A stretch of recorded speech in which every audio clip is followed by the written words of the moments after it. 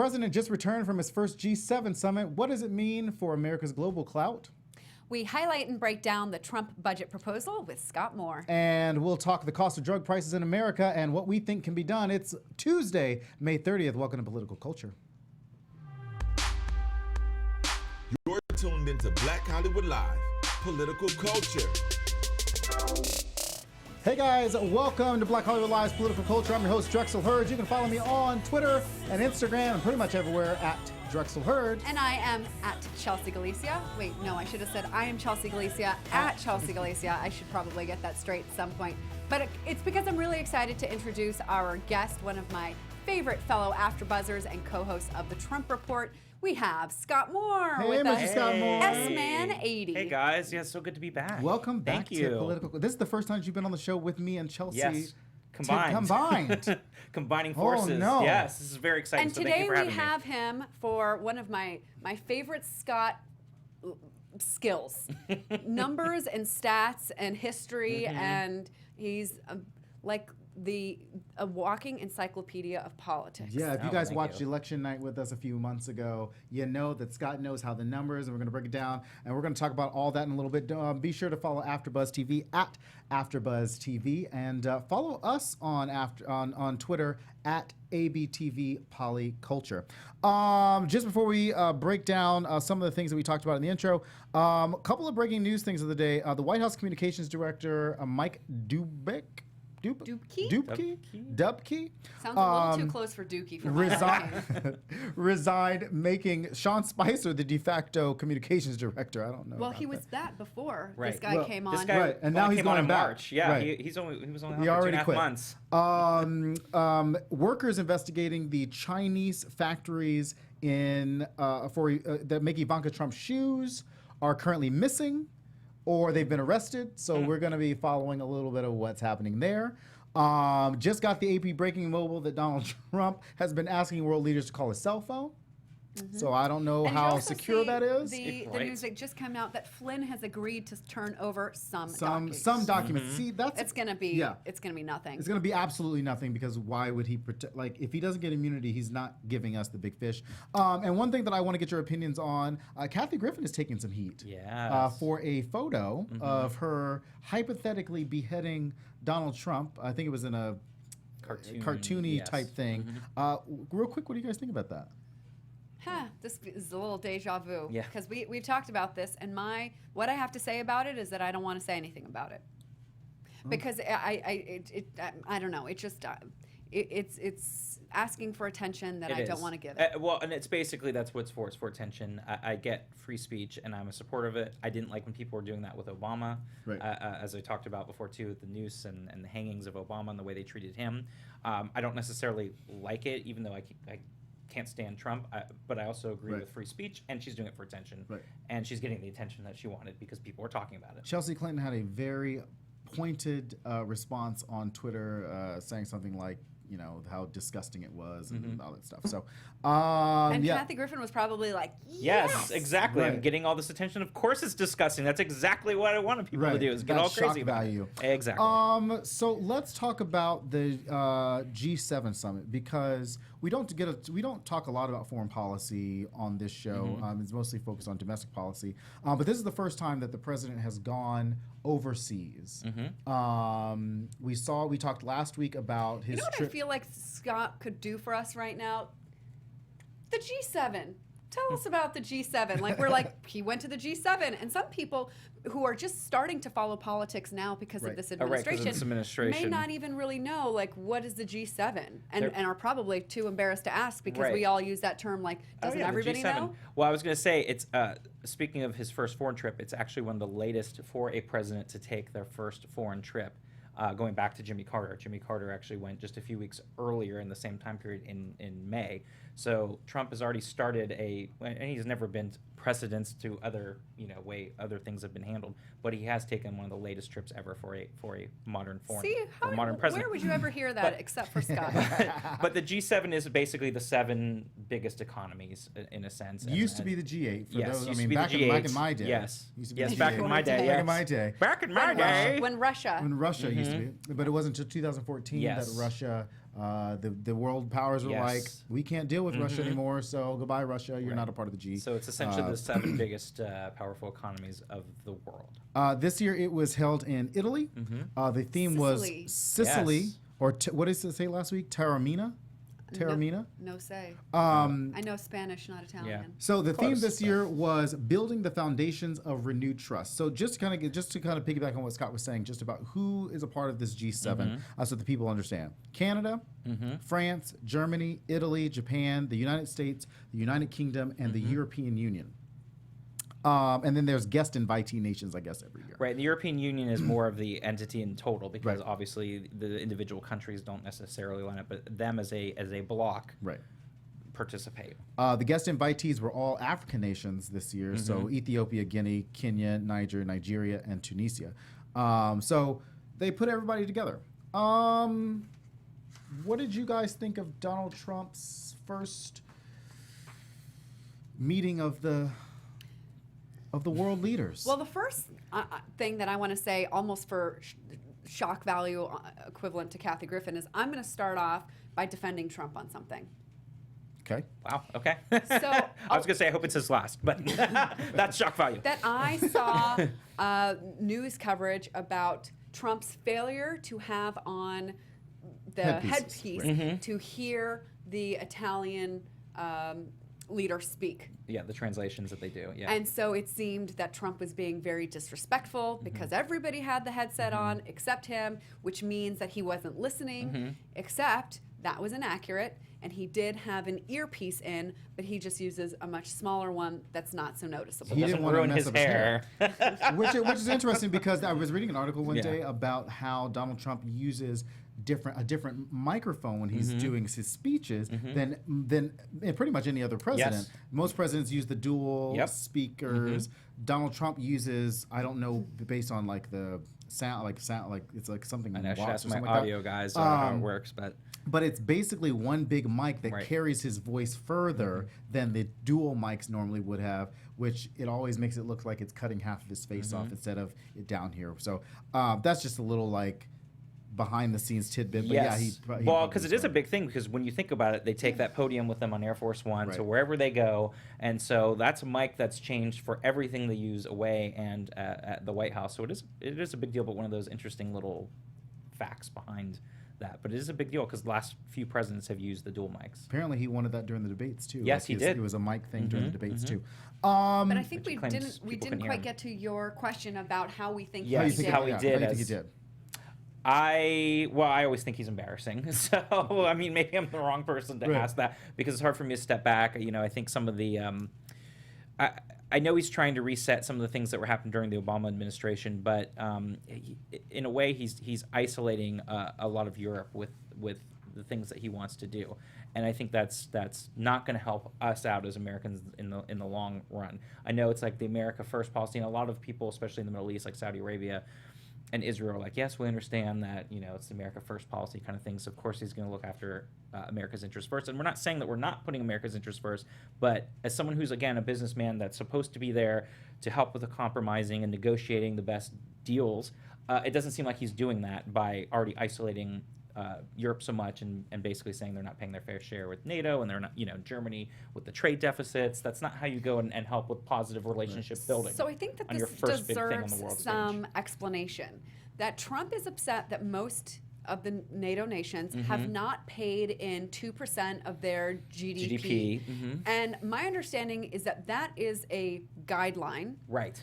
but that he has taken it very literally Yes. and is very upset with any country that has fallen below that. Mm-hmm. And then feels like the United States has to pick up the slack. Right. Is that accurate? It is accurate to some degree, and yes, I and that is one thing that I could say. Yes, I can understand where he's coming from, but to put them on the spot to say they're not doesn't help with the relationship building. And Well, it is now he was like, well, maybe it should be 3%. right. Well, that's what I'm saying. It was all like this is what they hoped people would do because it's a 70-year-old establishment. This is what they hoped it would be. And of course, we're in a much different environment than we were 70 years ago, as far as what GDP was and what countries were able to contribute. Now we're at a much different level, and same thing. 2% of our GDP. That's But then why a big amount. From a if we're talking about why Donald Trump feels that way, why is it, and maybe we just don't, why is it, do you guys think that the United States pays more than other nations when it comes to NATO? Well, I think maybe this is a little cynical, Yeah.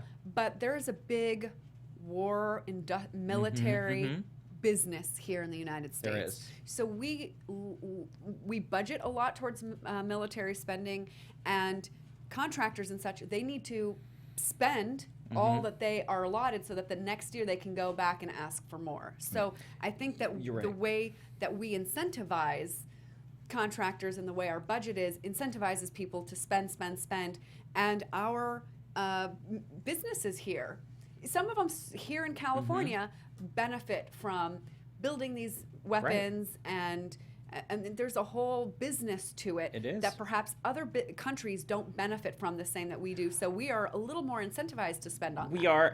There is that, and like you said, the military-industrial complex is a thing, and it has been a thing for many years. And in fact, on anything on the budget, they want to increase military spending.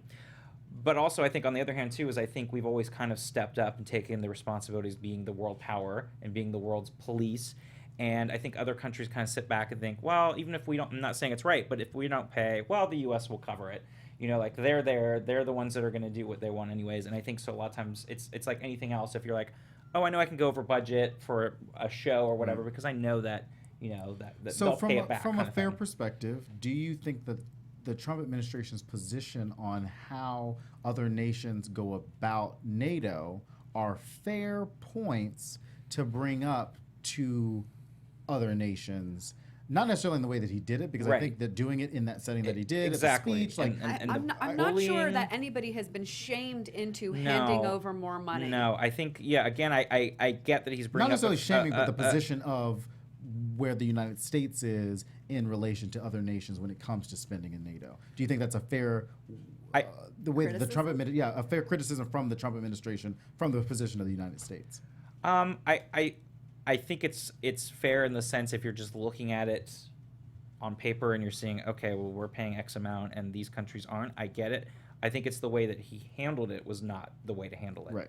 If you're going to bring the attention, you want to be able to get them to agree to it, but by bullying people and saying And you're also, not paying enough. Yeah. Right. And he treated them as though they were doing something wrong. Right. When it's a guideline. It's not a required thing, and treating them as lesser than, and again, putting it as like we're telling you what to do kind And of then thing. they kind of laughed at him. They did, because it was Like in the side, like they were Yeah. like, this guy's nuts. Nuts. At which part was what was he saying in the So moment this when they was- did that? he was Because saying I saw that- that, but I didn't Yeah. hear what he was saying when they I were. think he was saying something like, Let's see if I can pull it up. nations don't pay their fair. We all need to come together, pay our fair share. I don't think he wasn't singling out anybody in particular, but you could see the look on Macron's face, on Merkel's face, on Shinzo's. Like, so you got these leaders standing there, like, is he really saying this? Like, that's why I thought it was like, is he really saying this right now?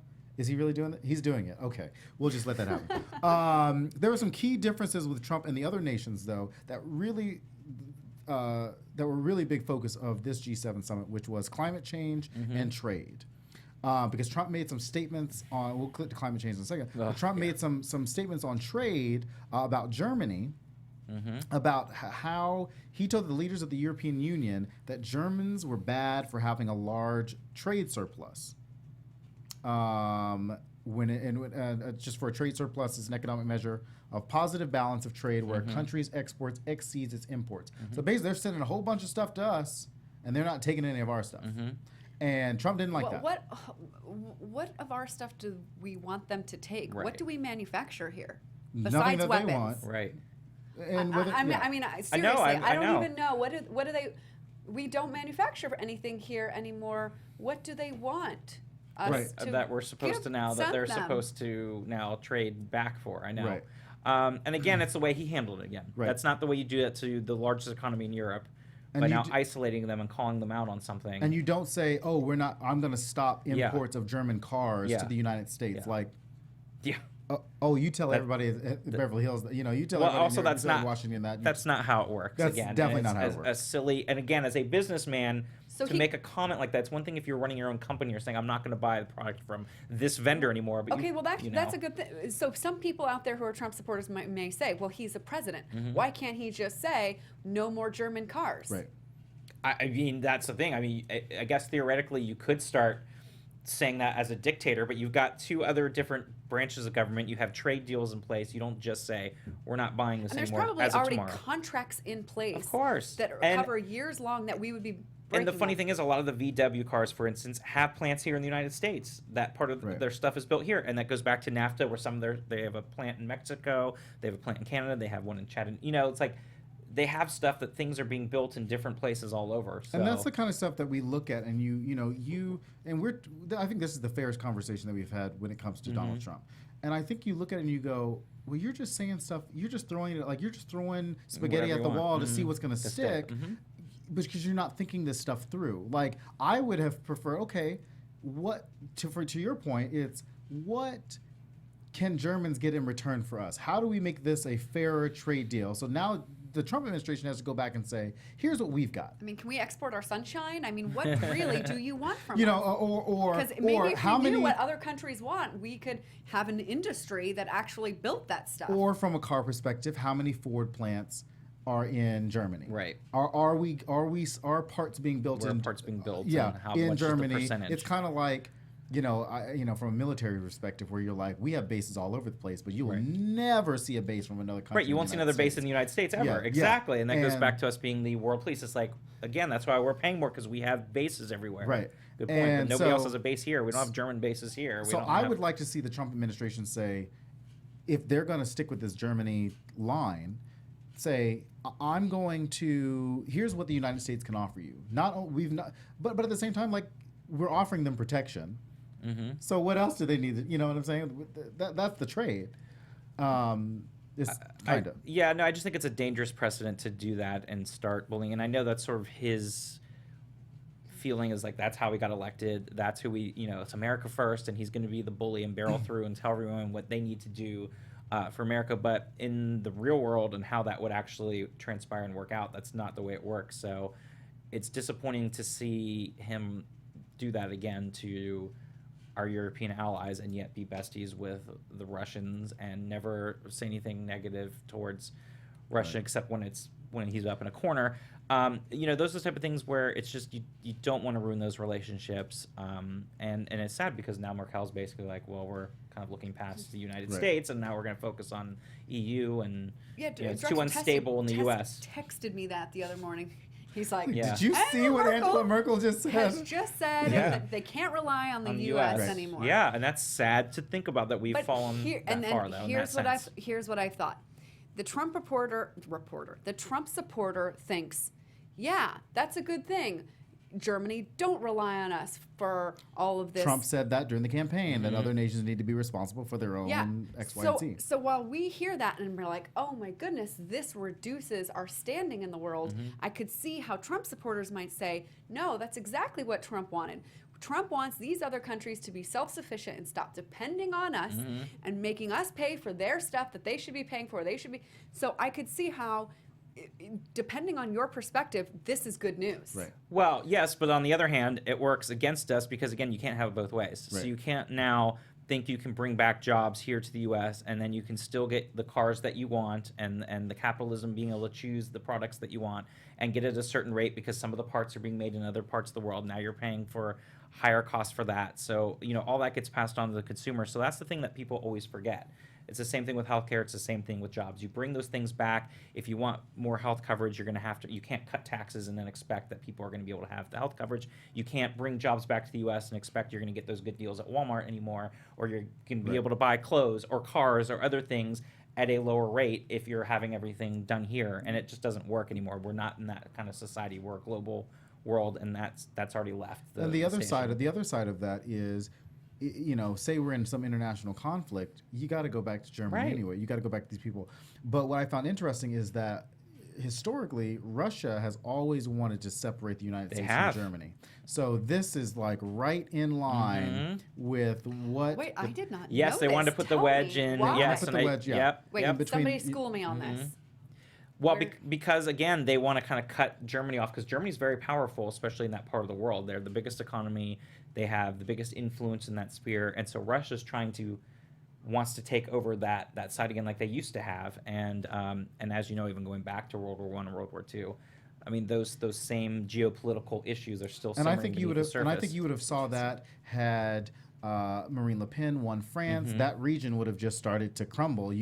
Russia would have got involved in the upcoming Germany elections. Yeah. So then you would have started to see big nations fall under this Russian helm, and that would have been. I mean, that would have been pretty. I mean, you already saw the United Kingdom already went through something that they're now regretting with Brexit, which I'm going to assume Russia had something to do. I mean, just anything bad, I'm just going to assume Russia had something to do with it. I sent you an article on it, and you did not read it, about this like military-style mental psychological warfare that was put in place to cause Brexit and Oh, I'm not Trump. surprised. I mean, but I mean, And you were like, this thing looks way too long. oh yeah, it was long. I mean, it was like. worth I it. mean, I was like, how long is this? I sent you stuff only that's really freaking important. I was like, give me the cliff notes. Right. Give me the break it I down want like like we Donald break our- Trump. I want graphs Right. and visuals and big nice bolded, graphs, right. I'll do and that that's it. next time. It's so funny because every day, I mean, every time we have a show, I break down like it as simple as possible Yeah. for us. Yeah, I need it in bullet form and notes so I can go. That's how I do it, will. too. And bolded, I bold. It knocked my. Well, I don't really wear socks all that often, but if But I if you did, it did, would knock You them would knock off. yourself off. The other big part about this weekend was the Paris Climate Agreement. So I feel like we've been talking about the Paris Climate Agreement for at least 2 or 3 years now. Well, because that was a campaign promise From Barack Yes. Obama. Well- It was a campaign promise for Barack Obama. Now Trump's campaign promise to abandon Yes. the Yes. Paris Climate Agreement.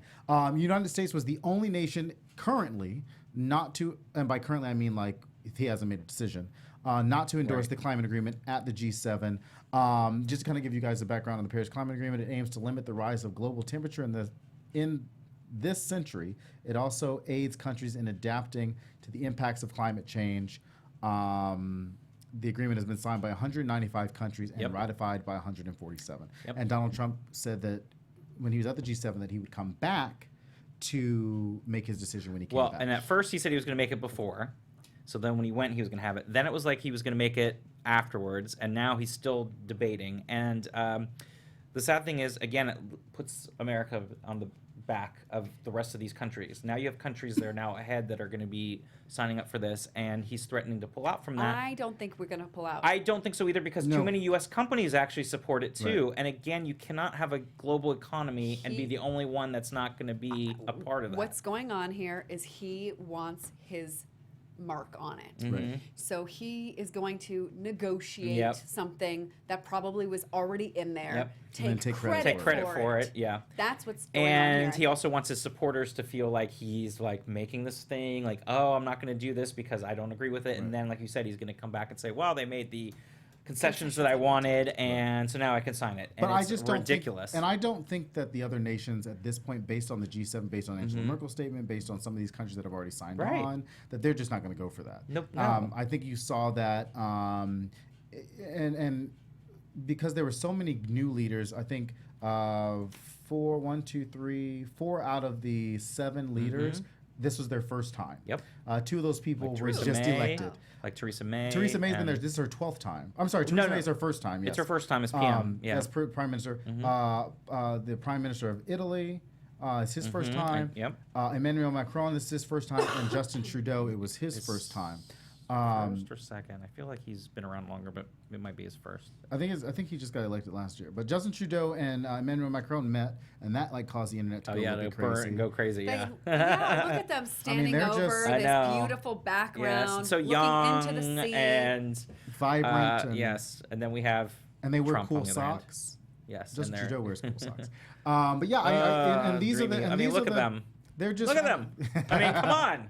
They are definitely the Ugh. leaders to watch, and I think that if you could see that how I feel like I'm sure you guys saw the clip where Donald Trump like pushed that like Yes, it was infuriating. that prime minister Montenegro, out of the prime way, minister, and yeah. you're like, I feel like the other leaders just kind of left him. You know, Yeah. when somebody like feels left out, they do something outrageous and they Yeah. just kind of push their way to the front. Yeah. But like nobody was paying attention to Trump, so Yeah. Trump made everybody kind of pay attention to him. Exactly. So he kind of pushed his way to the front. Oh, like God. that's how I feel like. And then his golf cart thing where everyone else is walking and now he's in the back on the golf cart. Can you imagine if that was Hillary Clinton, that how much they would be talking Wait, about I the low missed energy? that. Yeah. Oh, yes. What? So they were walking out in the in the square to yeah. go on whatever meeting or the next meeting. So everyone else is walking and there's Donald Trump in the back in a golf cart. Yeah. Being driven, Oh. Waving, Yes. waving to the crowd. you know, Mr. Stamina there. Who Yeah, Hillary accused Clinton's Clinton of walking in l- shoes in Chippewa over in Yeah. Memorial Day, and Donald ma- Trump's waving from always a golf cart. talking about the low stamina of That's Hillary, but yet he's in a golf interesting. cart while everyone else is It's walking so ahead of him. American. I know. It's so It it's is. really embarrassing. It is so embarrassing. It is a little embarrassing. But the other cool thing is Ireland actually has a potential election this year to elect this week First to elect gay a prime prime minister. minister, but also 38 years old, another young, up and coming. And we're kind of seeing this now. And he's in the world. Asian. And he's Asian, yes. Of Ireland. Yes, in Ireland. Yeah. Yes. How cool is that? Yeah. And 38 years old. So it's really neat to see What's everyone he else. about? He's a looker. He is another young, like Macron Justin and, Trudeau, and yeah. Justin Trudeau, and in that same kind of vein, more of on the liberal bent. And it's really kind of historical if it happens to Right. for very Catholic. And I don't want to get. cannot believe. But I'm just saying it's really neat to see Ireland the world. could have a Chinese Indian, I think, Asian. Asian Pacific parents. Asian. before the United States in has a India. woman Yeah. president. And I don't want to Yeah, get into yeah. like what's happening in 2020, but like if we're going to be able to compete with a lot of these other nations Right. that are electing young, vibrant mhm. leaders, then the benches from not just the Democrats but the Republicans Both. have got to come up with these young, We do. vibrant The leaders. The baby boomer, generation. It's like it's got to go. I mean, the first Donald Trump is the same age as Bill Clinton, who was first elected in '92. It's time for the next generation. I mean, he is now the oldest elected president behind Ronald Reagan by about 6 months. He's six Right. months older. So it is time for something new. And again, that was part of the issues that came up during the election. Is like Hillary Clinton and him are both. Right. And then we're talking about Joe Biden, and we're talking about Yeah. I mean, listen, everyone's in their and- 70s, and it's time to look younger Right. and youthful, and we the need to next get back. We generation. need to get back to the Kennedy-esque, It's the Obama-esque, like Right. young leader. I think there are some really great up and coming female leaders. Absolutely. I was reading an article. Like I said, I don't want to get too Right. far after it. But Crystal Ball, who was on MSNBC, just launched this political action committee that's solely focused on emerging leaders in the flyover states. Mm-hmm. And not that it's separate from the DCCC, Mm-hmm. but they want it to be in tandem with what the DCCC is doing in finding leaders who are capable of being young progressive leaders in the flyover states to have that. In a couple of weeks, we're going to have Representative Sean Mahoney on from New York, and he's going to talk Right. about his adopted district. And he's young, he's gay. Like those are the type of those are conversations the people, that we and have to have. and it's also the same thing. Not to get too far off track, but the same thing happened in California. We're having a changing of the guard too, because Jerry Brown's finally termed out at 2018. He's 80, and we have Dianne Feinstein. We have Feinstein. We have people that are the old guard for the Democratic It's Party. coming They're in out, their yeah. 80s and late 70s, and it's time to now even out here Yeah. because this is sort of the heart of the modern progressive movement is here in Right. California, and so we need to have the same. And so, but but to your point, that's gonna be really interesting for somebody like Antonio Vigila-Rosa, who is a little bit older than Gavin Newsom. There's a few other people that haven't announced Right. yet, but like some of these other Diane. I just saw Diane Easton the other day at a Stonewall meeting. She's a little bit old, so like those guys are gonna be competing with these younger people, and we're gonna have Kevin DeLeon, who's the Senate Pro Tem, on in a few weeks. That's great. And he is awesome. going to be running for lieutenant governor. So. Or maybe governor. He's still kind of out Well, there. from what I understand, They've emails floated have out there. gone out with Kevin DeLeon for lieutenant governor at the Lieutenant's bottom. like tiny Like LT, at the and then bottom. governor's huge. right. Speaking of the executive, the Trump budget came out last week while Donald Trump was on this trip, so he could say some crazy stuff. So nobody really understood that the budget was coming out last week. So we kind of want to break down what that means for the country. So Chelsea, explain briefly, because we were talking about like how money works right before we came on the show.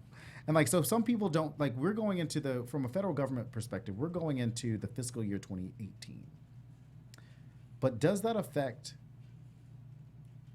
how does that affect what goes on in 2018? You know what I mean? Is Wow, I feel like I'm being asked a question that is above my pay grade. it?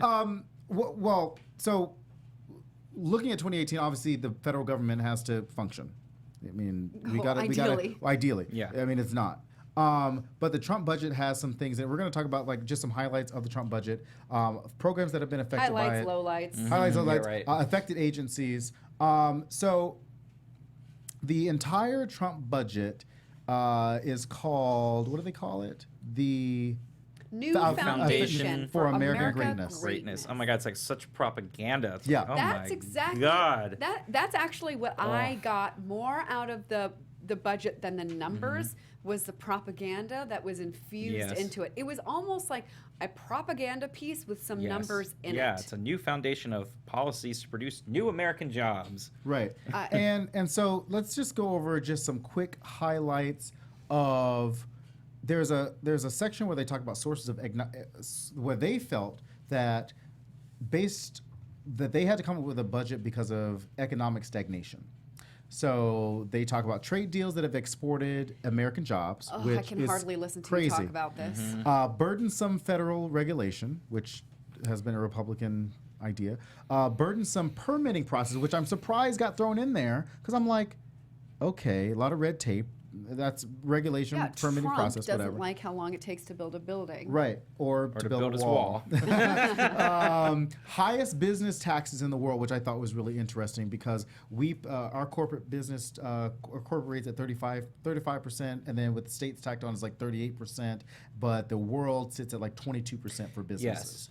The problem is that people do not understand how deductions and write-offs work, Right. so that Right. the effective The effective is corporate different tax than the rate actual. is about I'm 20-ish. saying It this is. strictly from the Trump Right. budget, where they came up with their reasonings for Right. this budget. But I will say, if they did lower the business tax, it's better than trying to give a tax break to the rich if they're going to do tax cuts. Although it feels like the same thing. It is, But so because a do- lot of people are small business owners and they're rich and everything. and But the I'm saying other- that would optically be better than. The other for the sources rich. of economic stagnation was lowest business investment. So people are not investing in creating new businesses. Yeah, because there's ginormous businesses that will put them out of business Yeah, if they what is try. Linda Right. McMahon doing?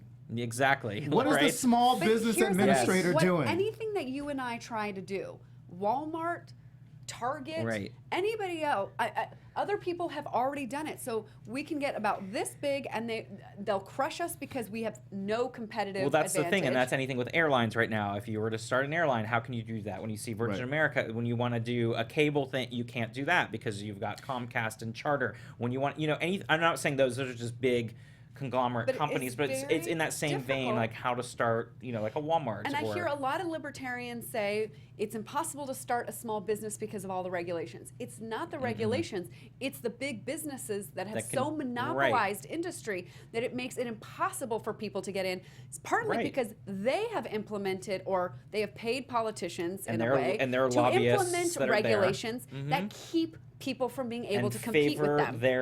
their stuff. And Before- subsidies and all sorts of stuff Exactly. that makes it impossible for newcomers to come into the game. But before we get to the affected agency, I want to ask this question because you guys were just talking about small businesses in America.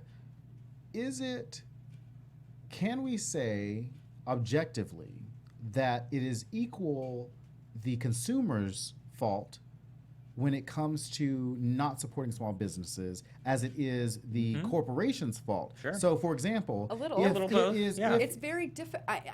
How much research is it going to take for me to find some folders from a folder store? Right. Then if I've been inundated with ads with from Staples.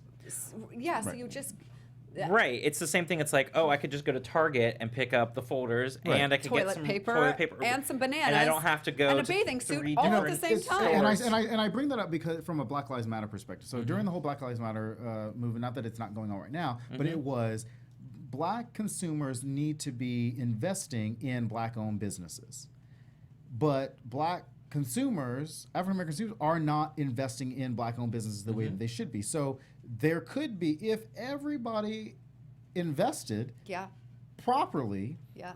in their small business in their Right. town, Yes. they wouldn't do that. Well, it Although- starts at the local level, too, But of it's course, also hard but- because when a Walmart comes in, Right. they squeeze out the little guy, and then there's more Or- no little guy there. Or it's also the other side is if someone knows, okay, well, there's the mom and pop restaurant, let's just say, but then there's the McDonald's here, you know, or I'm not even saying that, or the big chain places, because sometimes McDonald's can be franchise owned or whatever, but there's a big chain restaurant there, but the family knows, okay, I know what I'm getting with this chain restaurant as opposed to the mom and pop restaurant. I'm going to go eat dinner there or get my family dinner from there versus the... It's the American mentality of easy way out. Well, it's easy, but also they're familiar, so they Right. know what to expect, where they may not know, and they're like, oh, I'm nervous about going to try this new place. I'd love to have some small There's business yeah, owners there's on the a show just to have lot that of conversation. different But affected labels. agencies from this Trump budget, State Department down 31.5%, which is crazy to me. Because that's diplomacy. Yeah, that's Cut like diplomacy. I don't need this $639 billion defense budget if I've got some diplomats Right. out If you're there good doing at their thing. negotiating, then you don't have to go to war. Yeah. And the State Department, that's what they do. Yeah. Or Down to used to. 37 billion. Right. The Environmental Protection Agency, a 31.4% decrease. Education, 13.5% Is decrease. horrible. Because you're like, Why would you not want to invest in That doesn't make your any sense. citizens in their future? Because And they that's- say that the federal government has no place right, in and schools. I get that's the, but on paper, but why would you want to not help? We're losing out in competition again because now we have other countries that are stepping up in their education and educating children, and it's just making it worse and worse and worse for us, and it's really Yeah. sad that you would not want to Go invest ahead, in your Chelsea. own citizenry. I mean, I saw some other agencies that are interesting that were affected that have not been covered in the news. They want to privatize the FAA. Yes. So the agency that watches us when we're flying in the Yes. sky, they want to privatize that to a Yep. nonprofit, non-governmental corporation beginning Mm-hmm. in 2021. You know, look, Canada's done it, UK's done it, some other countries have done it, but the difference is our country has way more air traffic than those countries do, so it's easier for them to privatize because there's good and bad to it. But when it's all said and done, we need that. We have the busiest. and the moment that Over- the moment that you take the government out of the FAA and it becomes Mm-hmm. a private corporation, they're not bound by like labor law. They're not bound by governmental rules where they have to And then abide the by like investigation, the constitutional. FAA, they're the ones who, and NTSB, they head up the investigations into when things go wrong. So Yeah. how will Well, that it's just work I now? mean, We're just not going to investigate those? They're the busiest. We're the busiest airspace in the world, so that should be a non-starter. And I know this has come up in the past, Right. but realistically, that's a hard thing to do. Other countries have done it, and it can work, but not with our type of. It would be very, very difficult to do that, and especially by 2021, that's like just almost next to impossible to be able to do that effectively. Here's another one. Invest in law enforcement, which includes somehow tackling opioid epidemic. $103 million to maintain and expand fight against opioids and other illicit drugs. So this is one of those things where, oh, that sounds great. Right. Let's battle the opioid epidemic. But when you put it into a law enforcement budget, you know that it's not there to really help people, Right. but to arrest them. Arrest more people. And Right. this is so frustrating because we already know this doesn't work. $103 million could do a lot of good for a For lot programs, of people for who actual need it. Need the programs. actual help. And then there was one other thing that's been really irritating is the earthquake alert system. They want to cut the funding for that, and that's out here on the West Coast. And of course, they don't care because they're all blue states. But in the big scheme of things, it's only about $10.5 million. And the problem is we've already spent money. We could go ask that Getting- from Mar-a-Lago. That Yes, we've already spent. exactly. And the thing is that I get they're trying to cut budgets where they can because that's the Republican It's way. just unreal. But when you're talking about something that small, and we've already wasted money now, if you're not going to cover it, to get these systems set up, and again, we're falling behind countries like Mexico and Japan and other places that have much more advanced earthquake alert systems. And again, it's helping your own citizenry with having these advanced warnings to help protect people when the inevitable earthquake happens in a populated area here on the West Coast. And it's, again, stupid And it's the same thing that happened with Hurricane Andrew back in the 90s. You know, there was no real good funding. It takes that one big hurricane, and then everyone's like, oh, shoot, now we've got to pay tons of money. So and the government has to come in and spend billions of dollars because the insurance didn't adequately cover people. And that's the same thing that's going to happen when, God forbid, an earthquake happens and they don't have the advance. Now we're going to be spending billions that we might have been able to save here and there because it gave people warning, and more lives are going to be lost, or more people are going to be hurt because we don't have this minute system, which in the big scheme of things, $10.5 million is pocket change to the government's finances. So it's silly stuff that they're How about focused this one? on. Paid parental leave, 6 weeks using unemployment insurance system as base to establish for states to establish programs. Which is a Ivanka Trump pet project, which is how So this the got into idea the sounds budget. really good. And then what do you think of it being based in the Unemployment system? Well, the unemployment system already takes a long time. For anybody who's been on unemployment, there are so many loopholes that you have to go through. In New York, it's different than it is in California. Right. Like, the requirements are different, and the red tape that people have to go through is different. For me to be like, if I was a parent, for me to be like, oh shit, now I got to log in. I got to figure out how to get my paid parental, and I got to go I through don't know. these When loopholes. people need unemployment insurance, they find out a way to get it. No, I'm saying that they do find out a way to get it. I'm saying, like, now you've got just another system that people have to go through to get.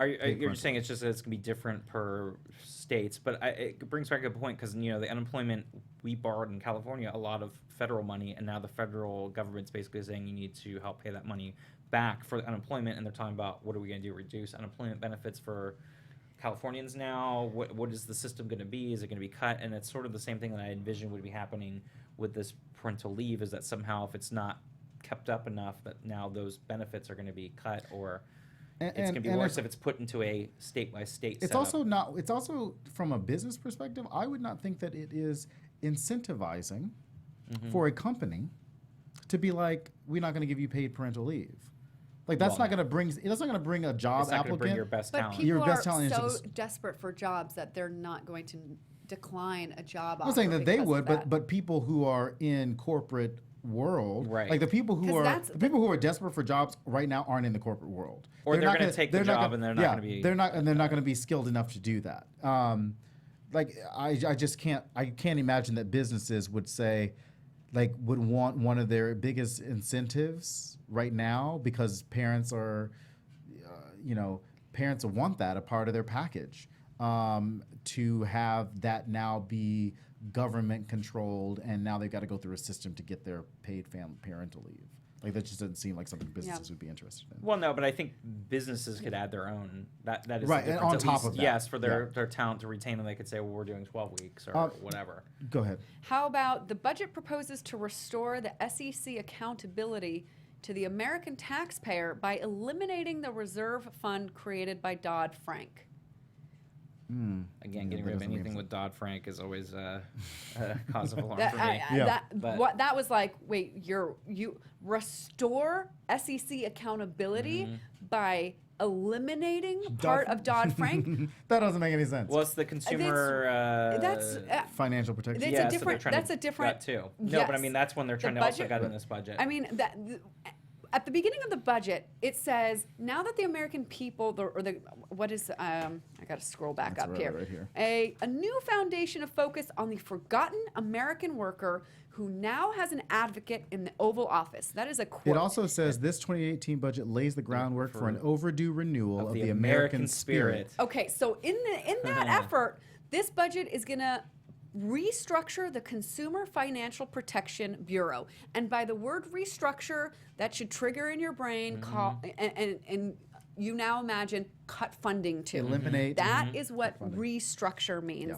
To Right. ensure appropriate congressional oversight and to refocus the efforts on enforcing the law rather than impeding free commerce.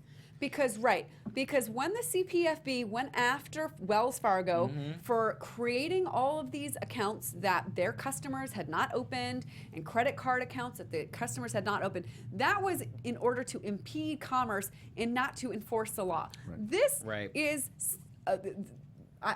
somebody is smoking something very dangerous, who says at the top, this is for the forgotten worker, and then says, we're cutting the CPFB. Right, which has been such a good advocate for the American consumer across the board with, like you said, credit card issues and fraud and companies taking advantage of that's the whole point of that. And to take that away is, again, putting big business ahead of Yeah, and I want to touch on some because we're talking about areas that affect companies, but when it comes to affecting actual families, not that what happens to a company doesn't necessarily trickle down and happen to a family in a negative effect, but Medicaid, $610 billion over 10 years, food stamps down $193 billion, retirement benefits down $77 billion over the next 10 years, student loan forgiveness down $76 billion. And we just throw up a graphic, I know we saw it up earlier, down 29% food stamps,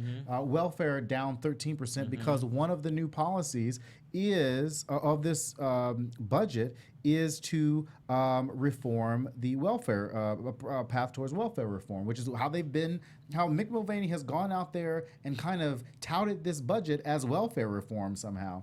And what did not get touched though in this budget, and maybe it was hidden somewhere, was the NEA.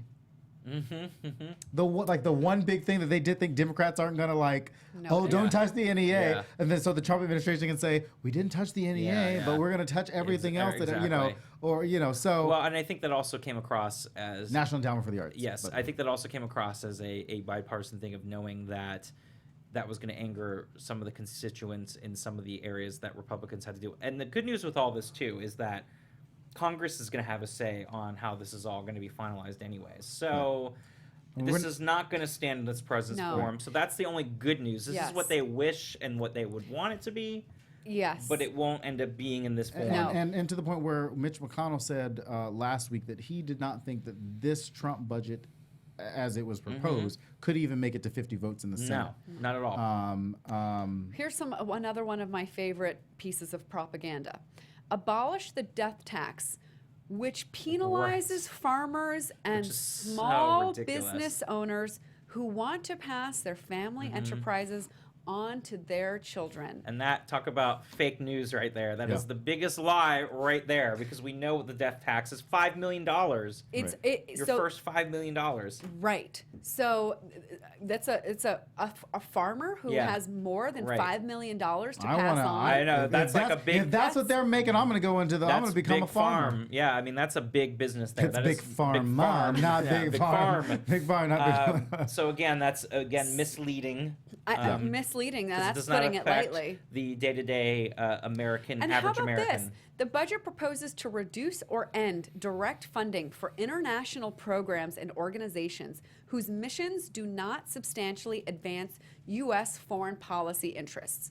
So if helping cure disease doesn't advance our interests, we're taking our money. So basically, like maybe somewhere in Africa, like sort of like which I know a lot of people were involved with the malaria thing, but also even George W. Bush, used to do the AIDS and spent a lot of effort, which is a really great thing that he did with his organization in Africa to help reduce the AIDS epidemic there, and essentially that would theoretically ostensibly be cut because it's not going to directly affect the U.S. This is a direct attack on something like the Clinton Foundation.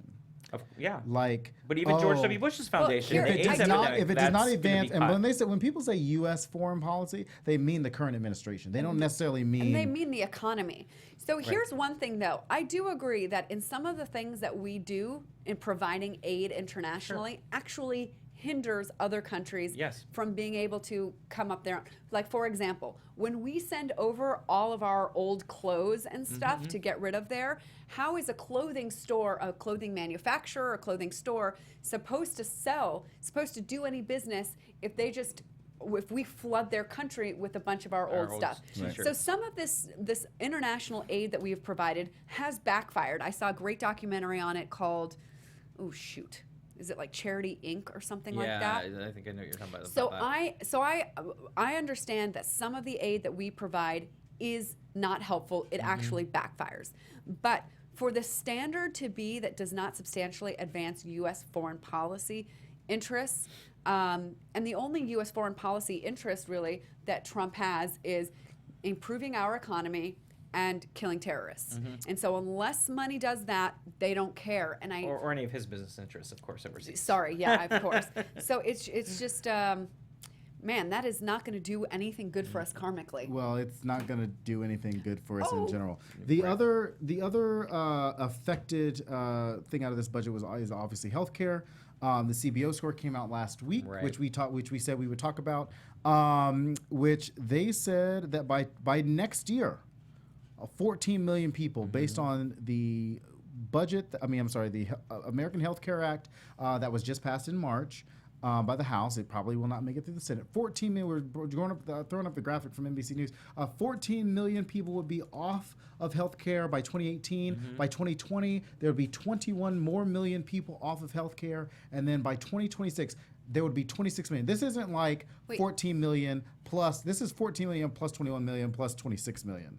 Because based on what where did we hear the new number was 23 million. Whereas the first round was it was 24 million. And then this one was 23. And I think it was, I don't know I'm just reading from the CBO, which would be 23 million more with loop coverage by 2026. Right. So that's total, though. It's saying basically Yeah. 14 million, and then it would be an additional 7 million, and an additional 5 million to lose it over the year. 37 million people essentially without health coverage would reduce it would only reduce the federal budget deficit by 119 billion over a decade, which is less than the 150 billion dollars that was projected from the first time that they proposed even the worse. American Health Care Act. So it's a little bit worse. And you saw that Trump tweeted this morning, it should just be 51 senators that they should be the only ones to vote for. Which is the second time he said that out loud. Healthcare through. And again, I don't understand. I get why he wants that to pass. I mean, I guess he doesn't care because he'll be long gone when the worst part happens. But the point is, yes, and I've said this to people before, yes, the young and healthy patients will have their rates go down. That is true. But the overall numbers of people paying more is going to be way greater than the people now paying less. It's a much smaller group. More people are going to be paying more money out of pocket if you're older, if you're unhealthy, if you're, whatever those cases are. I don't think Republicans want older people to die because then nobody would vote for them. Well, that's the problem. I mean, when your biggest constituent, the AARP, is against it, and the other problem is, again, and it comes down to simple math. Right. You're just moving money around. You're not actually solving the problem. You're giving tax breaks to the wealthy. You're letting the young and the healthy pay a little less, but then at the expense of everyone else is now going to pay some 100, 200, 300% higher, some even 800%. Your logic is why it doesn't make sense that we allow all the money to go up to the top 0.1% of the. Your logic about you don't want to kill off your voting. Oh, I'm talking about they don't want to kill off their voting pool. I mean, same thing. It's the same thing of like, why do we want corporations to take all the money, suck dry the middle class, and then have no customers? Right. It's the same problem here. Well, Republicans don't necessarily generally make sense when they don't. It's a short-term thinking. It's a very short-term thinking. How about this? Did you know that everyone believes in and supports safe food supplies and clean air and water?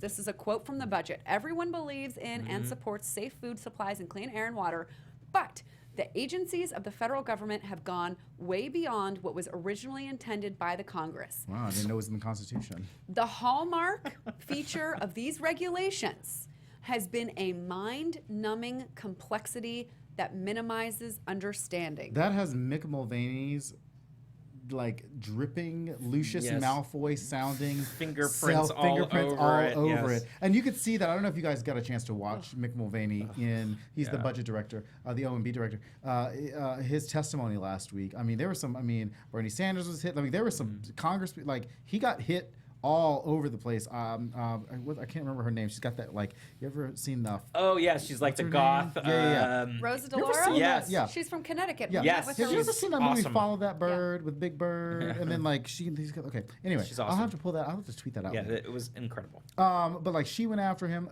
as much as she went after Betsy DeVos. And, like, Mick Mulvaney is... So when it comes to debt ceiling, because it came out today that the Trump administration wants to accelerate the timetable for the debt ceiling vote to happen instead of it happening in the fall. They Right. want it to happen in, And they wanna raise They it. want to happen. They want to raise it because now they get it. Now 'Cause that they have to somebody raise it, does. yeah. In July, Yeah. they want to do it in July instead of August because they don't want to and- shut down the government and if it the- gets too close. Right, to and the October one 1st. person who was against raising the debt ceiling when he was a congressman Mulvaney. is now the director of the Office of Management and Budget, Mick Mulvaney. So it's gonna be like Yeah. Rand Paul and Mick Mulvaney and all these people versus like Paul Ryan, Mike Pence. And if there is one thing that will destroy the Republican Party, it is shit like this. It is this. What does they call this thing? The new foundation for American greatness, and not raising the debt. The debt See, ceiling. And then the in government next- is shut down on October Right, 1st. and then Democrats are like, well, we're just gonna go out and we're gonna adopt a district and we're gonna campaign a little bit. Yeah, it's just again, like you said, they're being very short-sighted because already demographics are not in their favor. They squeezed out a victory in 16 by a very weird mix of people with less of the majority. Right. And those demographics are changing. And again, why would you want to then take the people that are the older demographic that are going to be voting for you and give them a worse healthcare plan? It's beyond me. And why you want to cut from education and cut from things that affect your own citizens each and every day. Those are the things you don't want to deal with. But of course, you'll spend more for military Right. spending. You'll take away Yes. from diplomatic means with State Department. But you know, And what is the craziest thing about this and the saddest part about this, and we've talked about because we kind of understood this during the election, which was Republican. We've said it plenty of time. Republican voters from flyover states, southern states, typically always vote against their interest. And Well, this I've heard a lot of people say that that's not. When we think that, when we say that, we actually don't understand their interest. What the highest interest of them at the time when they're voting that way Right. is. right right, and it might be one issue, and that's part of the thing too, is they're Right. only voting on one issue and not the right entire and that's package. and I think that is just based on that is the, and every week we probably say something Democrats should be doing this. That is the message that Democrats should be taking, Absolutely. trying to figure out how to expand. We get that this is your one issue, gun, Bernie Sanders campaigned for what's his name out of Montana, for Quist. Quist last week, Yeah. and he's a gun-loving Montanan. Nancy Pelosi came out and said we need to be open to pro-life Democrats. The message has to be all-inclusive. Yeah, the tent needs to now, like you all talked about the Republican tent, that needs to be the same thing for and Democrats have to be able to go into these flyover states, which we're talking about Crystal Ball's organization, and say, we understand that you are really focused on one issue. So let's talk about that one issue right now, and then let's talk about the other issues that are going to be affecting you. And they got to be able to have that message. It's got to come from Tom Perez. It's got to come from Keith Ellison. It's got to come from the new Democrats that are going to be running in 2020 to say, let's talk about all the issues at one time instead of focusing on this one issue at a time. I think Hillary Clinton tried to do that a little bit during the general election, which was nobody could understand what Hillary Clinton was talking about because she was talking about too many things at one time. Whereas Donald Trump was saying, national defense, wall. Hillary Clinton spread. In our mind, we're like, yeah, that's great because we can understand everything. But it was too whereas people should understand that. I think there's two sides to it, though. I think progressive standards do work if they're explained in a way, like you said, that it's like a Trump thing where you just. But I also think, like you said, there are regional places where it's just not going to work. Like the Joe Manchins of West Virginia. You're not going to be able to have the same type of progressive Democrat like you can have in San Francisco that you're going to have as a senator of West Virginia. Right. And you do have to tailor it to some degree to be able to attract those moderates or to attract those people that are Republican but more on the moderate side that might feel like, okay, I can cross over to vote for this Democrat because they're speaking to me. And that does start with the messaging. And that's what we, as on the progressive side, do have an issue with right now is messaging that out and having the candidate that's going to speak that to the where point people understand. To your West Virginia point, and this is just as an example we've talked about before, where West Virginians, Kentuckians, when it comes to coal country, how do you explain to people?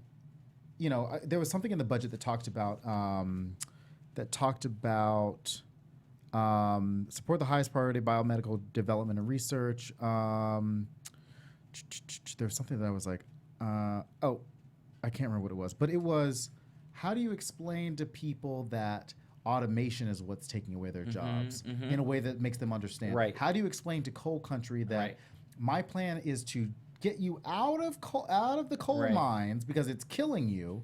Right. And so for example, Hillary Clinton had the plan that said, you know, we're going to teach you new jobs, but that did not stick with people. How do you get a policy plan to say, we don't want you to lose your job right now. You're not going to lose your job Right. immediately, but we're going to wane you off the job Yes. that you have It's right sort now. of- We're going to pay yes. for you to be able to go back to some technical school to get a different schooling, so to get you out of the coal mine, so it's not killing you and your family. maybe Because it's- that emotionally doesn't feel like the safe thing. It doesn't. Emotionally, people just want to go back to Yes. what's safe and secure in their comfortable. mind, even though they know that job is killing them. Right. That's what they've worked at. That's what their father worked at and their grandfather, and that's all they know. And to say you're taking away from them is again sounding like big government's now taking this job away from you. And as I often cite, the Bernie Town Hall in West Virginia, when they asked the coal miners, you realize that coal is on its way out. And they're like, yes, we know. It's been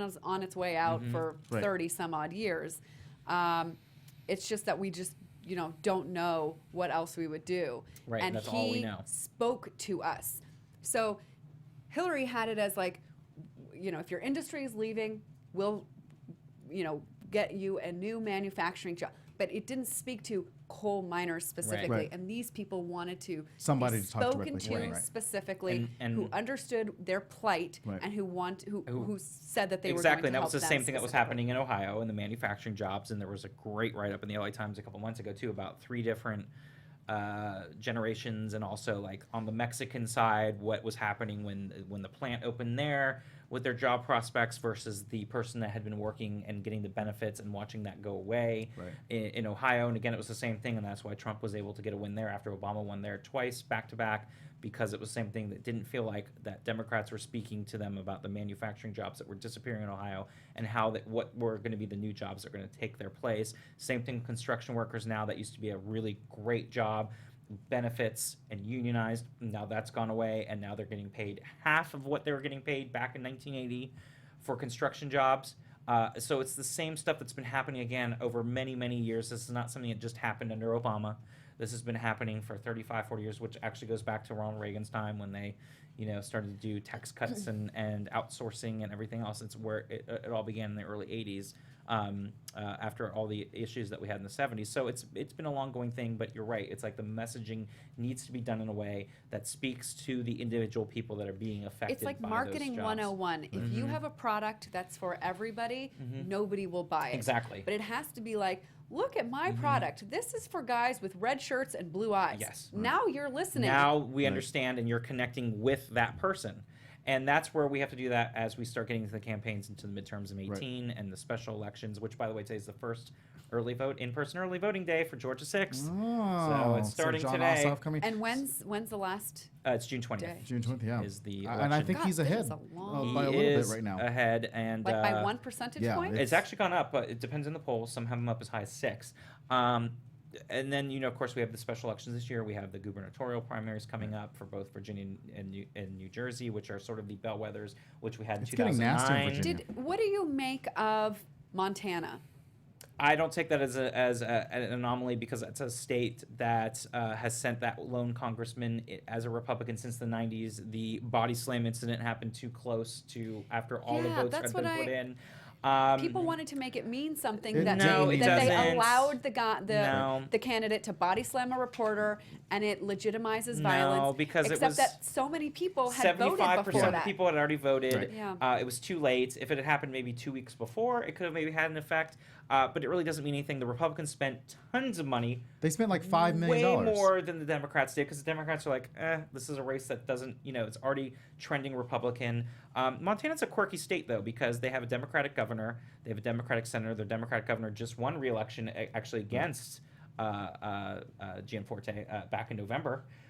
So it's a quirky state, but the lone congressional district has been Republican since Bill Clinton was in office. So, I mean, it's you just- can't really put any meaning Right. on it. I think more of the meaning should be put on Georgia 6, because again, all these states so far, Kansas, if you were to look at the meeting, it's a lot closer. If you were to look at Kansas versus November when it was 31 points, it was only 7 points in a very red state. The big challenge will be Georgia. How close is that going to be? Can a Democrat pull off the district that was Newt Gingrich's? Right. Those are the ones that are going to be Tom Price. In Tom Price, exactly. What's going to happen with the statewide elections? That's going to be a key barometer in New Jersey for the governorship, in Virginia, because in 2009 those flipped to Republican. And to your point, like I've had lots of conversations, and I've seen lots of conversations with people online where they talk about Democrats keep losing. I'm like, the marathon is. How close are we getting in these different elections? These special elections. Where we were hopeless before. Right. The messaging is getting we're talking about messaging like where we think they get whether we think our national candidates can be better. But the messaging is working in these smaller elections because we figured out the ground game a little bit better. Yeah, to make it. And if you were to look at the numbers, you're seeing a tightening that should alarm Republicans if they're looking at the bigger picture. Which is why Mike Pence is going on a summer tour this summer. Because those numbers are tightening, and from 31 points to 7 in Kansas, from 20-something points that Trump won to single digits in this past week. But again, I don't look at this as being anything out of the ordinary or condoning violence or anything else. It was too close to the end of when the majority of people voted, and It is what it is. The big thing will be, yes, if we don't pick up seats in 18, if we don't pick up governorships and statewide elections in 18 when 39 states are going to be voting, then you're going to see an issue with the Democratic Party. Right now, I would say we're on a good trajectory right now, and it's normal for what happens during presidential years when one party has the power. It's pretty typical. Yeah. Nothing out of the ordinary. Listen, Scott, thanks for coming on. Yeah, thank you for having me. It was Thank you a so lot of fun much. today. I always learn so much I when do I'm too. on a I'm show like, with you. we didn't get a chance to talk about new drug price proposal, so we'll talk about that next week because you're welcome to come back next week. That's a bipartisan thing. I'll be out of town though, unfortunately. There are some proposals that the New York Times looked at with some bills from some of the senators and representatives. Like we said, we've got a couple of guests coming up. Over the next month, Representative Sean Patrick Maloney from New York will be on the phone to talk about his Adopt a District program, and we'll probably talk to him about some other stuff, whatever's happening in the news that day. And Senate Pro Tem Keven De Leon, the Democrat from California, will be on the show this month as well, so be looking out for those dates. This coming month. Like we said, he is possibly a candidate for lieutenant governor or possibly governor. I thought he'd run for Feinstein's seat, but it looks like he wants to stay in California politics. Who knows if she's going to run again or not? I don't think she will. I think that they're making the way for like an Adam Schiff if they need to. I think so too. And as we said, if she was to run again, she'd be 91 by the time she left. Well, we don't need 91. I like to have 91. Chelsea, where can they find you on the Twitter? On the Twitter? On the Twitter. At Chelsea Galicia. Scott, where can they find you on the You Twitter? can find me at SMan80. That's SMAN80. And you can find these guys on the Trump Report every Tuesday night at 7 o'clock, right after this show normally. On But they did AfterBuzz. have We on preempted it AfterBuzz. today. They did preempt us today. Lots coming up. We'll see you guys next week. Bye. Yeah. Ooh, that was really high. It's like a helium high.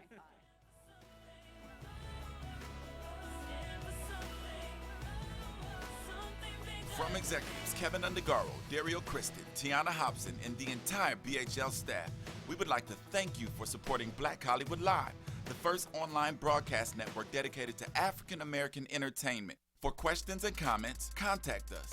info@blackhollywoodlive.com. Like us on Facebook, tweet us, or Instagram us at BHL Online.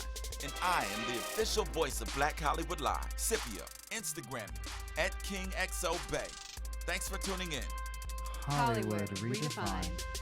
The views expressed here are those of the host only and do not necessarily reflect the views of BHL or its owners or principals.